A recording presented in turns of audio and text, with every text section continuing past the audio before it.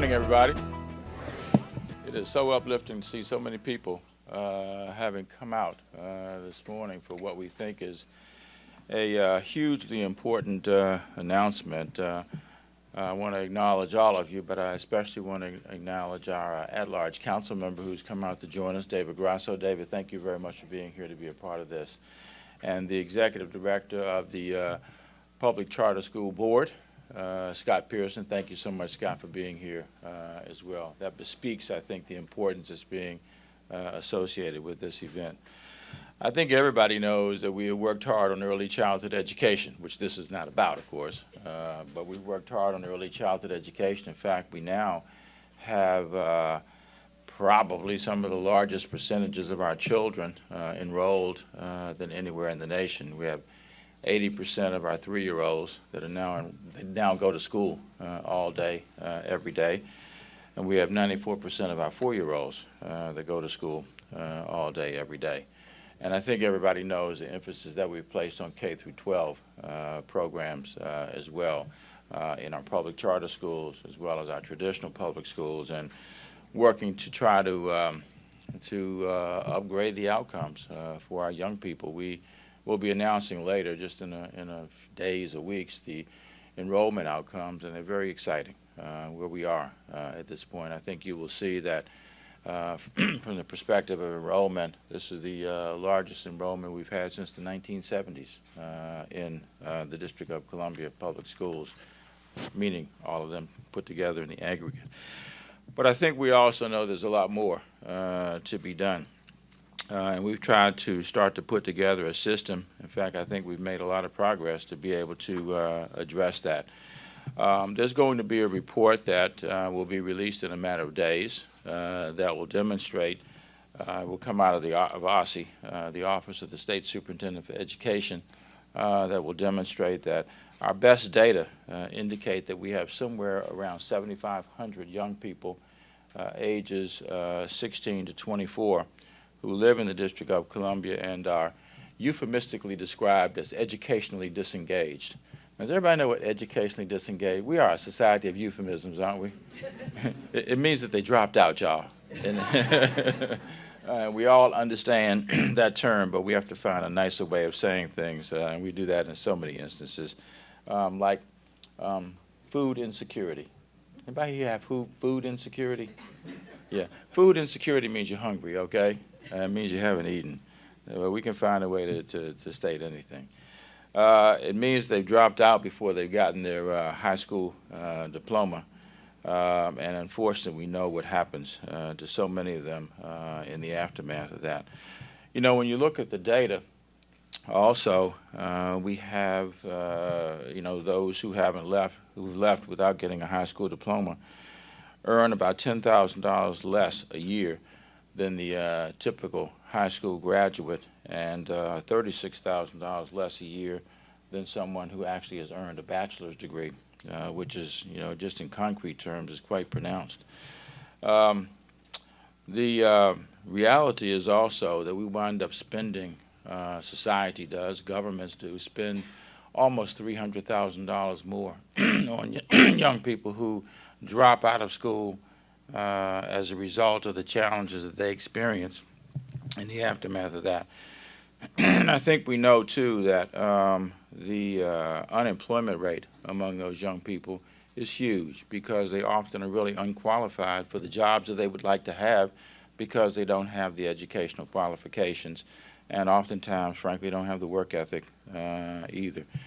And I think we know that we can't either financially or morally continue to allow something like this to happen, and that is why we are here today. I think we all know the numbers are sobering, and what we want to do is to try to get as many of these young people back on a path, a constructive path, as we possibly can, and that's why we're launching today the Re-Engagement Center, on which a great deal of work has been done.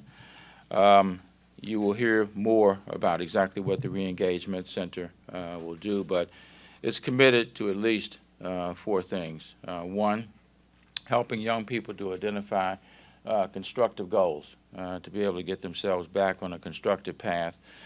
getting them re-enrolled to the extent that we can in schools and programs that will get them a higher level of educational credential. Connecting them with critical services, because a lot of them need more than just an education. They need all kinds of support services because of the challenges that they have experienced. And then fourth, being able to provide support to them for at least a year until they have gotten themselves as firmly reconnected as they possibly can be at that point. The Re-Engagement Center really is it's a collaborative effort, which is exactly what we've tried to do over the last 3 years and 9 months, and that is bring agencies together to work effectively together to bring their collective resources to the point where they benefit the myriad needs of people who have multiple needs. As I indicated, we're joined today by our State Superintendent, Jesus Aguirre, who actually will be overseeing this program, and appropriately so, and then Tom Luparello, who is our DOES Director, who's really done an outstanding job. And Tom, I want to congratulate you and the staff here at DOES for another outstanding year of our Summer Youth Employment Program. Isn't it sad when it's as good as it gets as if you don't get in the media for the Summer Youth Employment Program? Man, they used to just lick their chops. You know, okay, the Summer Youth Employment Program is starting up, guys. Get those cameras, revved up and those tape recorders revved up, because we know there'll be a bad story that we can report on. That day is done. Isn't it amazing that young people get paid? They get paid on time. They actually have a real job. They are expected to show up every day. And you know what? Isn't it exotic? They're expected to show up on time. And they were made a promise, and that is, if you do those things, you will keep your job. If you don't do those things, you will get fired. And there were some of them who did get fired because they didn't do those things. Now, isn't that how the real world works? And we'd like them to be able to benefit as much as they can from that program, so we don't need to serve them in the Re-Engagement Center, which is being kicked off today. So I want to thank the many partners who have come together to be able to help us do this: educators, council members, other government officials, human services providers who have worked with us, workforce developers, people who are providing funding, and advocates who will play such an important role in the success of this center, people who will help to put support under these young people to allow them to be able to make it. You know, we launched, now it's been at least 2 years, Raise DC. And some of you have been working with us on Raise DC, and through the Disconnected Youth Change Network, which is the dropout network, okay, guys, to be able to bring these kids back in. We've been able to, I think, get to the point that we're at today. I want to thank those who've been supportive of Raise DC. I want to thank there's been over 25 schools and nonprofit providers who have opened their doors to date to be able to educate our staff on what they can do to help make this successful. Our Department of Human Services, which has been increasingly connecting young people who are eligible for benefits like TANF and Medicaid and food stamps, WIC, and other benefits for which our young people are available and are eligible, excuse me. And then, of course, our relatively new Department of Behavioral Health, which just celebrated its first anniversary of existence on October 1st. That is the amalgamation, if you will, of APRA, which is our substance abuse agency, and the Department of Mental Health, recognizing that 30 to 40% of the people who access services for one have the other problem as well.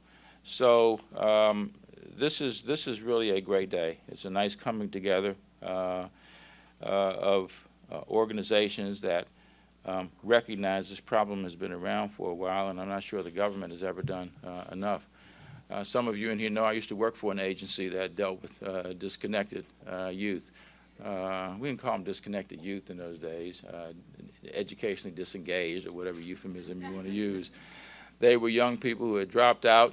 They didn't have a job or job skills, and they often were homeless. And the idea was to be able to bring them back to a point where they got back in the mainstream of life. And it was a successful organization, but one nonprofit can't do it all, can it?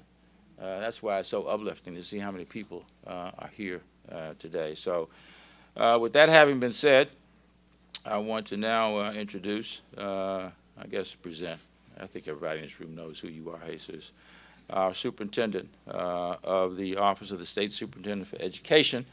Ask him to say a few words, and then we'll have Tom Luparello come up afterwards. So, Jesus, come on up.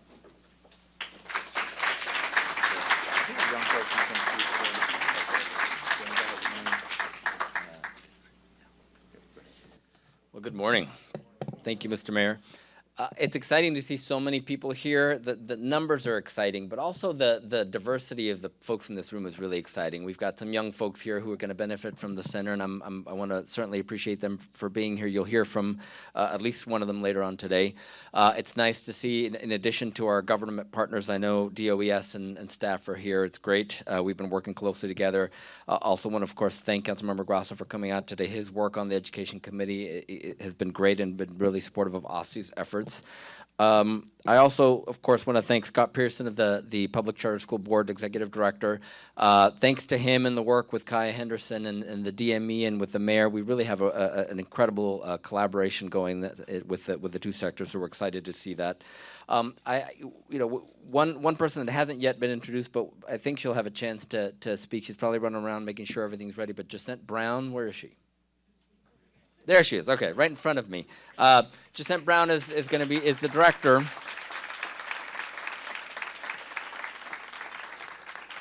And we want to congratulate her. She's done a tremendous amount of work within OSSE, working specifically with our homeless population, supporting our schools, and I'm excited to see all the great work she's going to continue to do here. So thank you.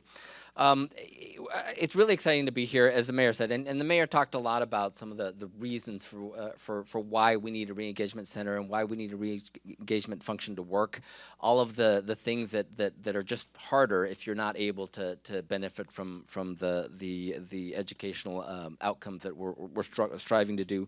And there's a lot of it here on the text here. So my job is to read to you the things you can't read from back there. But I did want to take an opportunity to share some of the statistics in terms of what we've found. And I guess the other exciting piece for me with regards to the center is twofold. One is the collaboration that we've had with other agencies. So DOES, but CFSA and the behavioral health and DYRS and all of the agencies that touch youth have really been coming together to work on this issue.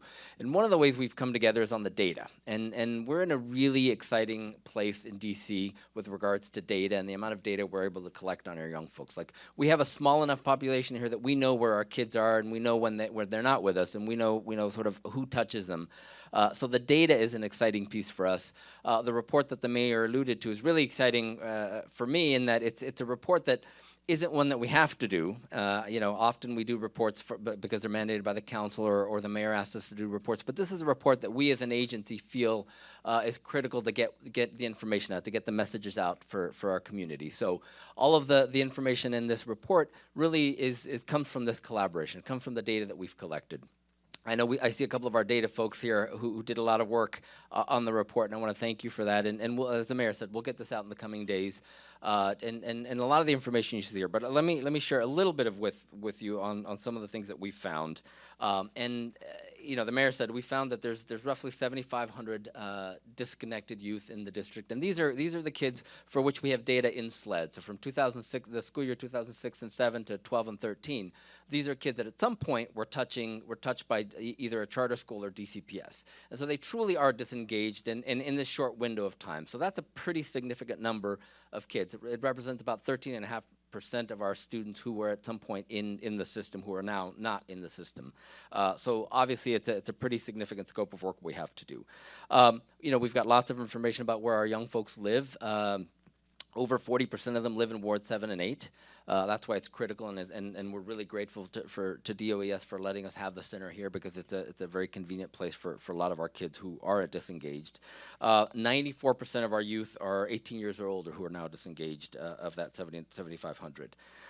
With regards to race and ethnicity, these numbers aren't going to surprise many of you, but 86.4% of our disengaged youth are African American. Of that 7,500, and the next, almost the rest of them are Latinos, so about 10.1%. In fact, African Americans are 2.9% more likely to be disengaged than the non-Hispanic whites, and 1.2 times more likely to be disengaged than Latinos. Regards to gender, the majority are male. 58.4% are male of the young folks who are disengaged. Another statistic, again, that won't surprise you, but with regards to students who had been receiving special education services, over a third had at some point been receiving special education services during their educational career, are now of those disengaged kids. 21% of the kids who were receiving services at the time of disengagement. So we've got to continue to work on that. With regards to poverty, 60% of our students who are disengaged, or young folks who are disengaged, qualify either for TANF or SNAP. And so youth in low-income families are almost twice as likely to become disengaged. It won't surprise you to know that the academics for these folks when they became disengaged weren't great. 80% of them were either below basic or basic on their last DC-CAS. And about half of those 7,500 didn't have a DC-CAS score for 8th, 9th, or 10th grade. So a lot going on there. Our students who are truant are 3.3 times more likely to become disengaged. And our students who are overage by at least one year by 9th grade are 3.6 times more likely to be disengaged. So all of this information, it's great to have the information, and these statistics are pretty stark, but it really makes the case for why we're doing what we're doing, and we'll continue to do that. It also speaks to the idea that we have to continue to share this data. Now that we have all of this data, the next step is to figure out how do we begin on the front end to find out what happens before these kids get disengaged. So we know the statistics of what this population looks like, but let's figure out how we get to them before they end up becoming part of this group, which is really, really incredible. The other part that I'm excited about the report that we'll release, it also gives a few recommendations. Again, this is what we as an agency, we as the educational sector, working with our partners, believe needs to happen to continue to reduce, prevent more kids from becoming disengaged, but also to reduce these numbers. The basic issue, and I'm glad to see some of our providers are here. I know I saw Lori Kaplan here, and Next Step and others are here. Part of it is supporting them and making sure that we have more high-quality seats, both in the traditional sector as well as the alternative or adult sectors, to make sure we support kids before they become disengaged, or those that want to come back. I talked about the data. We have to continue to collect this data. We have to continue to work with all of you and work on the systems, both, again, to know where our students are, or disengaged youth are, but also to begin to figure out what we can do in advance and get to them before they become disengaged. And then finally, the other key piece, and it really is what's driving today and why we're all here today, is this collaboration piece. So it's collaborating with other agencies, collaborating with our community partners, collaborating with the council, collaborating with all of the folks in the city to make sure that we continue to move this work forward to the benefit of all of our students. So I want to very quickly thank, I've said it a couple times, but DOES, and you'll see our director come up in a second, but Child and Family Services Agency, DYRS, the Court Social Services, behavioral health, and a couple of other agencies. And if you're not on this list yet, we're going to come find you and get you to help us. Because really, it's our collective responsibility. And again, in DC, we're in a really unique opportunity. We're small enough that we can put our hands around all of the children and all of the families in the city. So it absolutely is our responsibility to do that. And then finally, I'll say the other piece that I'm excited about is, we need to from the very beginning begin the evaluation process here. This is a new effort. It's not a new issue, but nationally, there's a lot of folks who are starting to all of us, I guess, we're slow learners, but we realize this is a big deal. We're learning from each other nationally, and it's important to make sure that we don't go too far implementing strategies that don't work. So we're evaluating this at the very beginning and making sure that as we're going, we'll readjust and keep moving forward.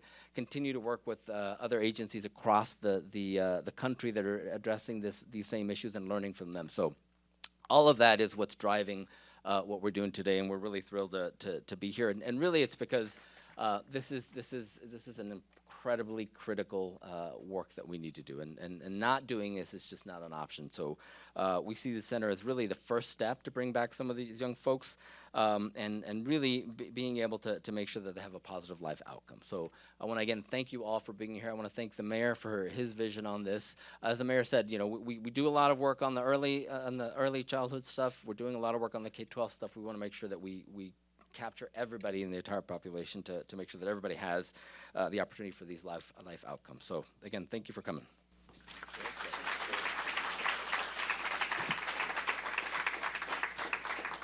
Thank you very much, Superintendent Aguirre.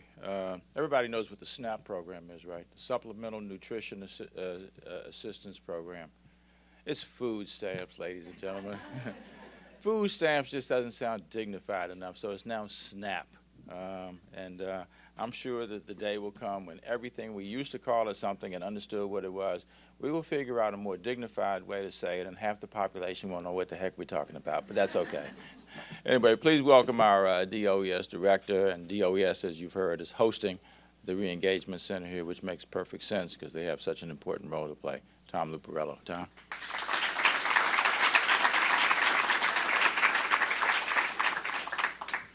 Good morning. Thank you for attending the ceremony to commemorate the official opening of the district's first Youth Re-Engagement Center. I'm excited to welcome you to the DC Department of Employment Services headquarters, and I'm also excited to welcome you to the DC Youth Re-Engagement Center, to our building, and as an important part of this district's workforce development system. I'd like to thank Mayor Gray for his leadership and commitment to ensuring that all district residents have access to excellent workforce development systems. I would also like to thank Deputy Mayor for Education, Abigail Smith, for the work that she has done to make the center a reality. Finally, I'd like to thank Superintendent Jesus Aguirre and the entire team of the Office of the State Superintendent of Education for your hard work in launching this official opening today. I believe the Youth Re-Engagement Center will serve as a critical resource for district youth who are seeking to reconnect to school and get on the path to full-time employment and a fulfilling career. Before I delve any further, I wanted to acknowledge, you may see around the room people wearing pink. Today is Breast Cancer Awareness, this month is Breast Cancer Awareness Month, and today is Breast Cancer Awareness Day at DOES. Breast Cancer Awareness Month is an annual health campaign to increase the awareness of the disease and raise funds for research into its cause, prevention, diagnosis, treatment, and cure, and support those affected by breast cancer. By wearing pink today, the Department of Employment Services team hopes to spread the word and heighten awareness around breast cancer. Thank you to all of you who have showed your support by wearing pink today. As the director of the DC Department of Employment Services, I've made it our mission to ensure that DC residents are prepared for work and have access to employment opportunities. As the mayor stated, statistics show that the more educated an individual becomes, the more likely they are to earn a higher salary. And I'd like to diverge for a moment here too and just say that around the work that he's done for early education, we're all very grateful. It's incredibly important to start that work early. Every dollar spent on that, every effort made in that regard makes my job here or the job of this agency easier in the long run. Graduating from high school or earning a GED is one of the first and most important steps on the path to meaningful employment. Through the work of our Office of Youth Programs, led by Deputy Director for Youth Operations, Jaron Price, we strive to ensure that every young resident in this district is prepared for the work and connected to opportunities for career exposure, hands-on training, and work experience.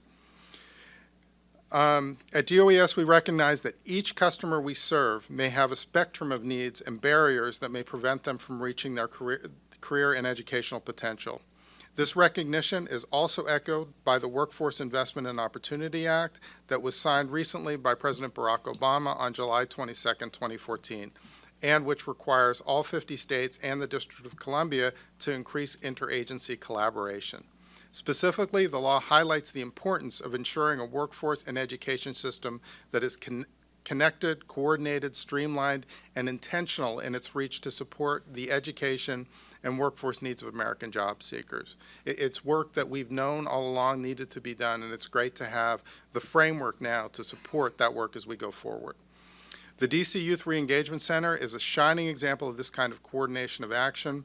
We are pleased to welcome and support this effort, and I look forward to our continued opportunities and partnership with the Office of the Deputy Mayor for Education and the Office of the State Superintendent for Education to ensure the success of this center. Thank you all.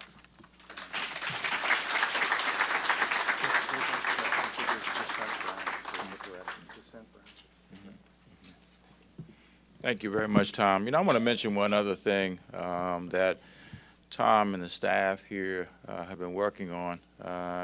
It doesn't directly relate, but it does in another sense, and that is a lot of people don't know that this goes all the way back to 2004, but there are risk factors to which that have been imposed upon the District of Columbia and specifically DOES, 47 high-risk issues, and Tom and the staff have now worked, they've not only worked hard on it, but they have reduced that number from 47 to 1. And it's a good likelihood that in the weeks ahead we will be relieved of something that has been imposed on the District of Columbia for a decade now, which has implications also for us being able to be successful with grants. In fact, we just got a grant to work on the family leave issue, David. There were only 4 grants that were awarded across the nation, and the District of Columbia and DOES was one of those 4 grantees, and we're very proud of that and very proud to have relieved in substantial part the district of this this issue. So, Tom, we're looking forward to getting that letter, man, and thank you for the work that you've done on that. It's hugely important. Our director of the center here, the Re-Engagement Center, she's been working to help organize the center and bring the staff aboard. We'll probably have, I don't know, 7 or so staff to begin, and we'll add folks to that, not only in terms of staff, but also volunteers, advocates who will be working with us to be able to make this happen. So please welcome she's the best director we've ever had of the Re-Engagement Center, Jacinth Brown.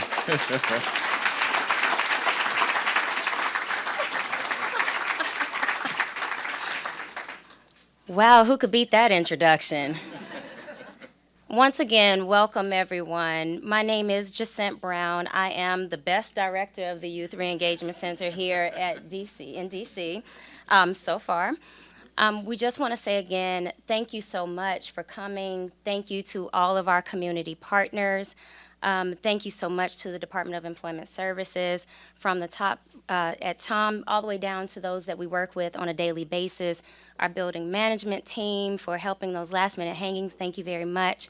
We really appreciated youth programs for offering your youth to come in and give us opinions on if our space is youth-friendly.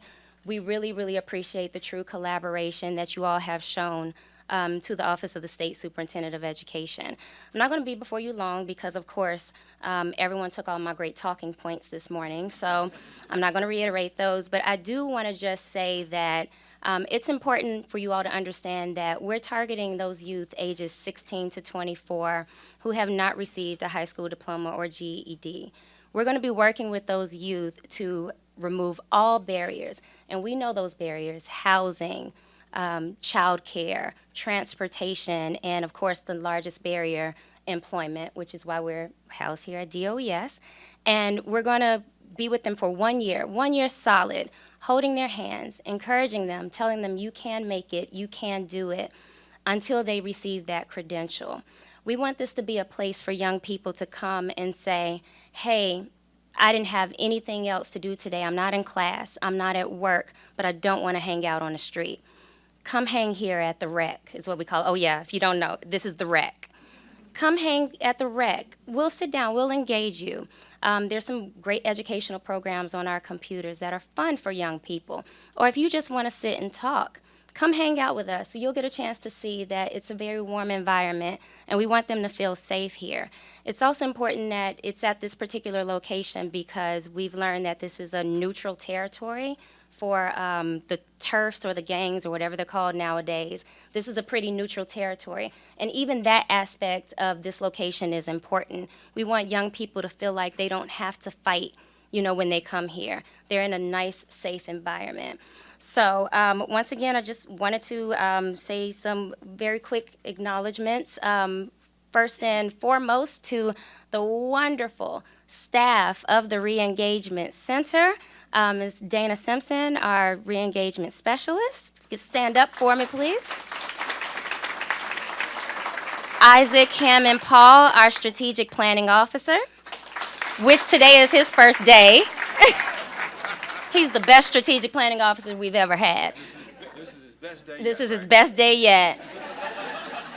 And also Mr. Michael Lewis, another re-engagement specialist. And very quickly, I also wanted to acknowledge the Disconnected Youth Change Network group. If you're in the building and you're a part of that Change Network, can you please just raise your hand or stand very quickly? I have to take the time to acknowledge you all.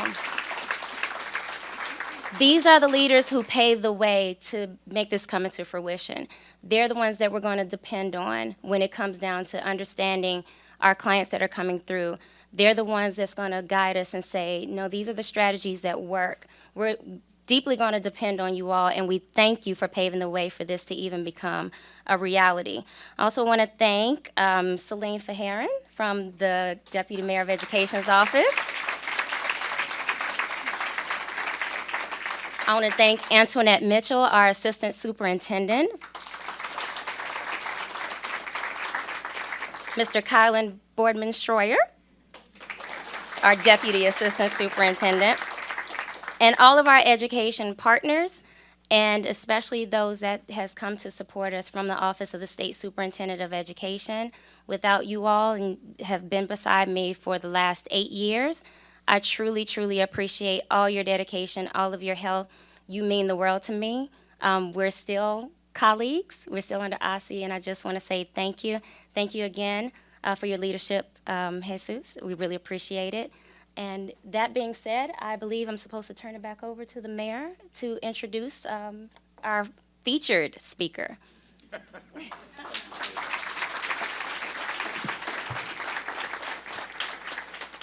Thank you very much, Director Brown. The next person you're going to hear from is Michael Lewis, who's actually going to introduce a young person who is going to speak with you today. So without, a lot of lead into that, come on up, Michael, and do the introduction.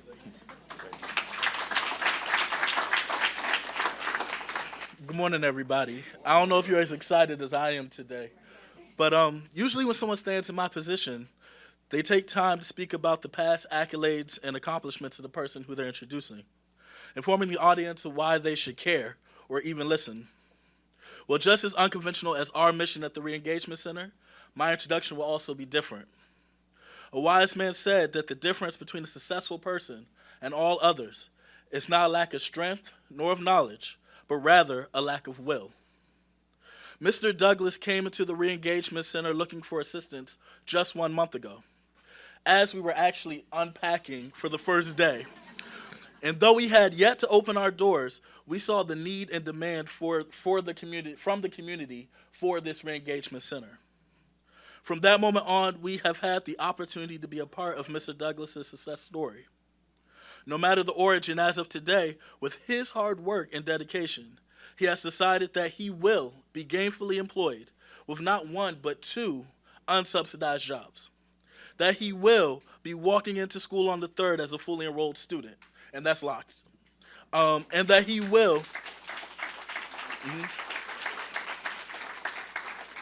and that he will be successful with the full confidence that we in the Reengagement Center will be there to support him along his way. I am grateful and empowered that our first young person would tell us that as a city, we're doing something right. With that said, I ask that everybody give a great applause as I introduce Mr. Henry Douglas.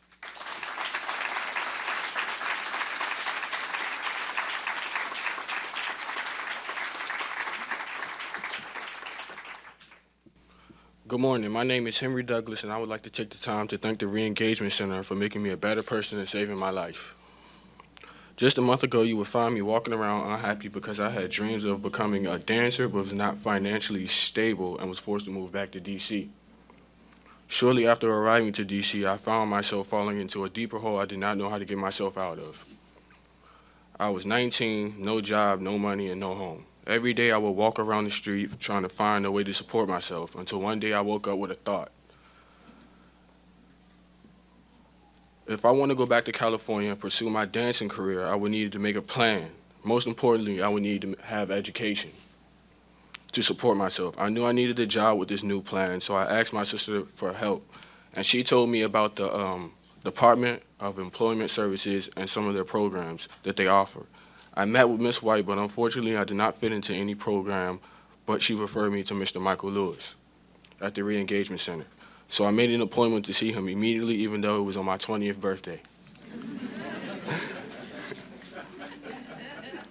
After the meetings with the Re-Engagement Center, success came from every direction. I can honestly tell you that I'm a different person than last month. I'm currently enrolled in Ballou Stay. I have a job at Marshall's, and I am signed up but still waiting on housing, hoping that the Covenant House will call me after the renovations. Overall, I'm moving along in my plan, and I know that I can do it because of the assistance that I receive. In closing, I want to share something to you that a wise man once told me. Can everybody hold up their hand and make a fist? Look at your fist balled up. You can tell that you can't get anything in it or get anything out of it. If you open your hand, and you can notice that you can get stuff in and receive things from people. Think of your fist as your mind. If you don't let anything in your mind, how are you supposed to receive help from anybody? I hope that the Re-Engagement Center will continue to open up people's minds so that more young people who might be lost can be found. Thank you.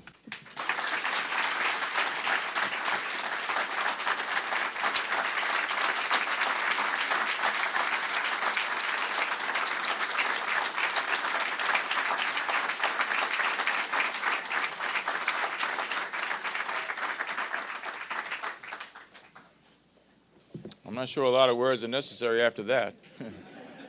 I think we're going to have a ribbon cutting.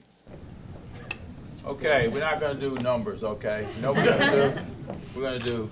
REC. Okay, are you ready? Can we get the young man? Yeah. Oh, yeah. You gotta get Henry in here.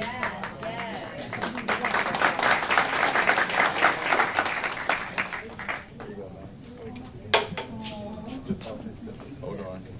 Get your spot and hold the scissors. Are you ready? Okay,